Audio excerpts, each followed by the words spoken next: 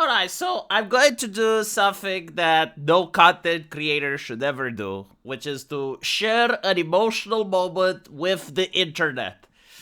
To use the comment section as a confession booth. And to try and use you guys in order to find some spiritual healing for myself. Because I'm in a little bit of a pickle. I'm just a little bit confused if I'm doing things incorrectly.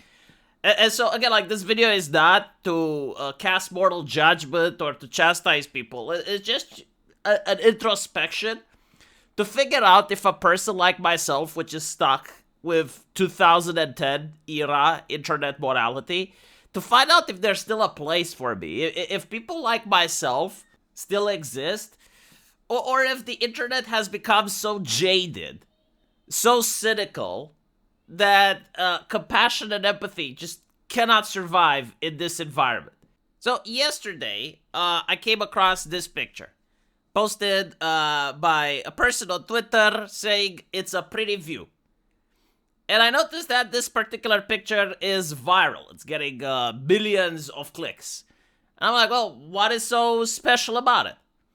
And when I click, I realize, okay, so this is a 16-year-old, I believe, transgender individual, which may have committed suicide.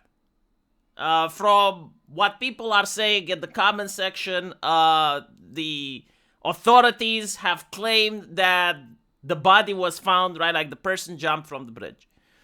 Now I generally don't know if it's true or not, because it's internet rumors, right? But, like, millions of people responded to this, believing it's true. So let's, for the sake of the story, assume that this is a real event, right? Like, it's not just a person trying to drag attention. It's not a clickbait post, but it's something that genuinely happened.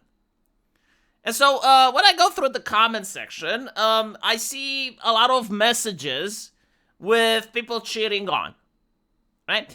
And so I want you to understand the purpose that I did what I posted wasn't to tone police. Like, I'm not interested in what people say on the internet. But what I am interested in analyzing the culture. Like, trying to see what is the public opinion, how people think. Not to try and influence the public opinion, but just to see where I stand. Because where I stand, you know, I'm looking at this picture, and I realize from the comment section that this person was indeed a far-left activist, you know, a person with extreme views, a person under the age of 18, who may or may not have been groomed by an adult. Apparently, they had a relationship with a trans chaser, is what people call, that was an adult. And the thing that I thought as a father is, like, what if this was my kid? Like, that's literally what I thought, right? Like, I'm looking at this and I'm thinking, okay, imagine I'm sending my kid to school. I'm extremely busy, right? Like, maybe I have a job, maybe I have work. I don't really have that much time parroting. And while my kid goes to school, while my kid goes on Reddit, while my kid goes on Discord, he becomes a member of an extremist ideology, surrounds himself with all types of rotten people. And so I view the problem as systemic, as societal. Like, the villains in this would be the people that were pushing a harmful extremist ideology into this person's head, because they were talking about how they dislike white people. They were pushing, you know, all the far left nonsense. But at the same time, I do understand that in Western society, this type of ideology is absolutely glamorized. It is pushed by the public institutions, by the schools, by the media, by TV shows, by video games. Like, all the vectors in society are trying to push people towards this ideology. And if you go on Reddit or you go on TikTok, you see actual teachers, you know, for very young kids, like 1st grade, 4th grade, all the way until 8, talking about cracking eggs and talking about how they glamorize and they're happy and cheering whenever a kid changes their gender. And the push from society is always one way. It is never in the opposite direction. Like, for instance, many such cases of, again, posts on Reddit that usually get deleted by the mods, but people do manage to see them, with people that regret the transitioning. And they always talk about how it happened at school. It happened with a person they trusted. And the push was always towards one direction, from cis to trans, never in the opposite. Like, you can have a tomboy, a girl that's a little bit boyish, and the teacher goes, well, don't you think that maybe you're stuck in the wrong body, right? And they try to push that idea. And if anyone would try it differently, like if you have a trans person and you'd have a teacher that says, well, maybe you're cis, that teacher could get fired, that teacher can get canceled, that teacher can get in trouble, right? So when you have a person that's still impressionable, still doesn't understand how the world works, and all of their peers, whether they come home and they sit on Discord or on Reddit, or they go at school and it's the teachers and their colleagues, all of them are trying to push far left identity politics on them, yeah, I'm pretty sure like some will crack. And when I looked at this, as a father, I'm like, well, was this going to happen to my kid? And just for, asking this, maybe I didn't frame it correctly, maybe I didn't express myself correctly, but immediately I got a lot of hate. People were acting as if I caused this. It's because of the culture of tolerance and compassion that we are here to begin with, V. Someone even compared me with short fat otaku. That hurt, by the way. Had difficulty sleeping at night, thinking like, no, I'm not like him. No, I can't be like him, no! But all jokes aside, though, this stopped being about this particular incident for me. Like, I generally don't care. People are going to be cheeky little shits on the internet if they want. Again, not my job to toe police people. Type whatever you want. That's not the point. So I want you to listen to me, because this is the essence of the video, okay? Alright, stop what you're doing. Look at me. Look at the troll, right? Essence of the video, the main purpose that I made this, is to ask this question. Is it possible that the left being allowed to monopolize and corrupt certain virtues is that these virtues may very well die with the left? Imagine a kidnapper driving off a cliff with a hostage to spy the police. Because if we are at the point where we make fun of kids offing themselves because compassion has been corrupted to mean weakness, and we have to be zealots because tolerance has been corrupted to mean capitulation, and we have to be gross and ironic because decency has been corrupted to mean insincerity, it's going to be a very difficult time to get along with each other. And it's kind of sad because, yeah, like, these things used to be virtuous, right? I can be sad of something without supporting it.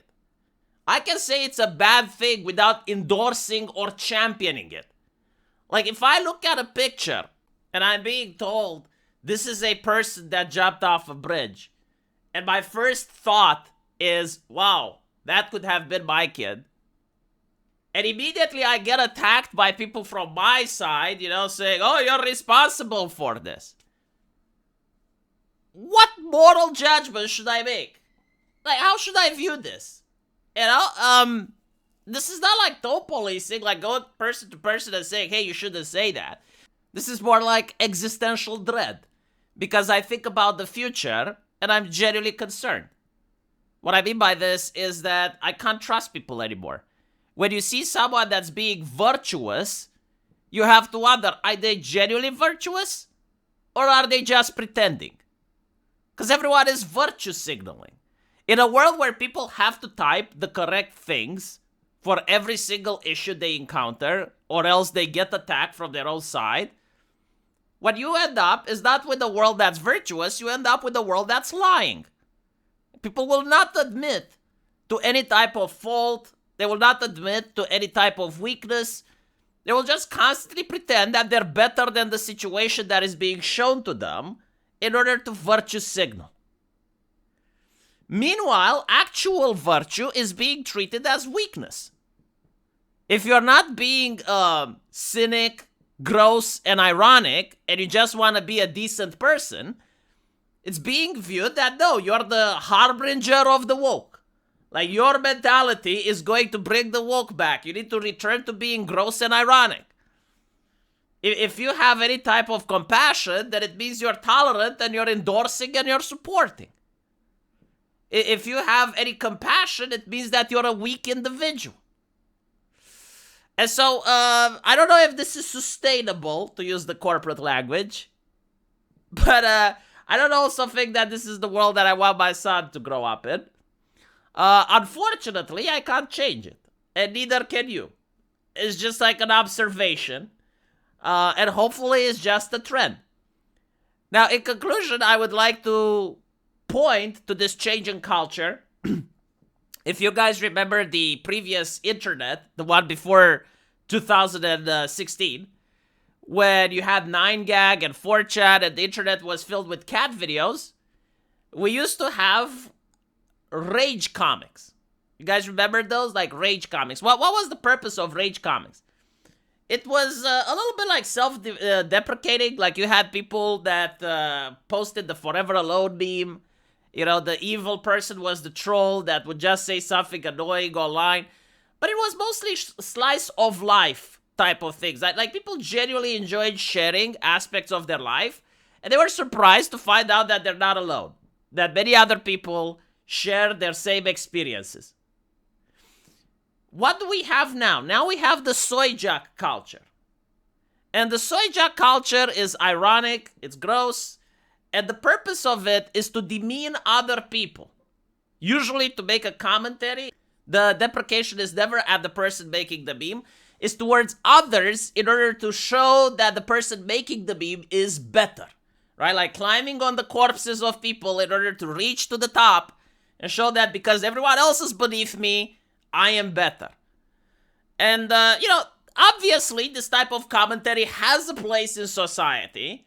I'm not upset that it exists, but I'm wondering, like, what happened with the rage comics? Why is there no more self-deprecating humor on the internet? Why aren't there people admitting that they're human beings and they make mistakes? And I think the reason for this is the algorithm. We live in a world where actions literally don't matter because people don't see what you do in your private life. You can be as degenerate as you want. You can be as horrible as you want. It doesn't matter. What matters is how you conduct yourself online. What words are you using on your keyboard to communicate to other people?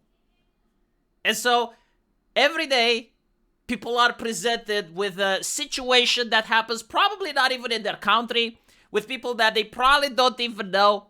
Like in this case, a trans person jumping off a bridge. And then how you react to that matters a lot because the algorithm will reward or punish you. It doesn't matter what you genuinely think about the situation. It doesn't require you to do critical thinking. In fact, that's actually what you're not supposed to do. What you are supposed to do is to ask, which bubble do I belong to? Am I on the left bubble or the right-wing bubble? And if you're on the left-wing bubble, you have to say, this is because of the right-wingers. This is because they're bigoted, because they do not accept our ideology. This happened because of them.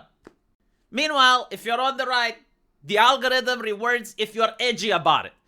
Just maximum edge, crack in the South Park jokes. Make as much fun as you want. Just don't show any sympathy. Just don't try to have a nuanced opinion because then the algorithm punishes you. You're getting downvotes, you're getting negative reactions from your bubble, you're being excluded. And the algorithm just forces people to be in a bubble, nonstop, constantly. And the question is like, is this how it's going to be like 10 years from now? Like imagine that if this situation persists for 10 years, 20 years, how will people look like in the future?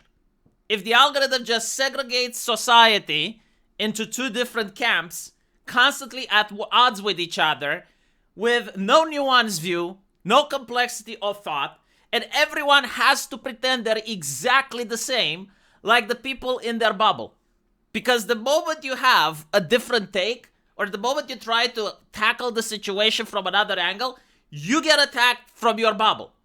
If you're a person on the far left, and you're basically saying, well, hold on a little bit, like maybe right-wingers have a point with this, immediately attacked, immediately ostracized. And then the right-wingers won't have you because they're going to say, well, you used to be a left-wing person, why would you come over here? And if you're a right-winger, you get my experience, you say, well, shit, like that could have been my kid. Immediately, oh, you're showing sympathy. Why are you showing sympathy, V? Are you fucked in the head? Are you like short fat otaku? And in the meantime, no one tries to understand the individual case. No one even cares about what happened. No one even tries to understand the issue, because it's not about understanding the issue or talking about an event. It's a purity test. It's like, are you still with us? 100% or not? If you're not 100%, you're a problem.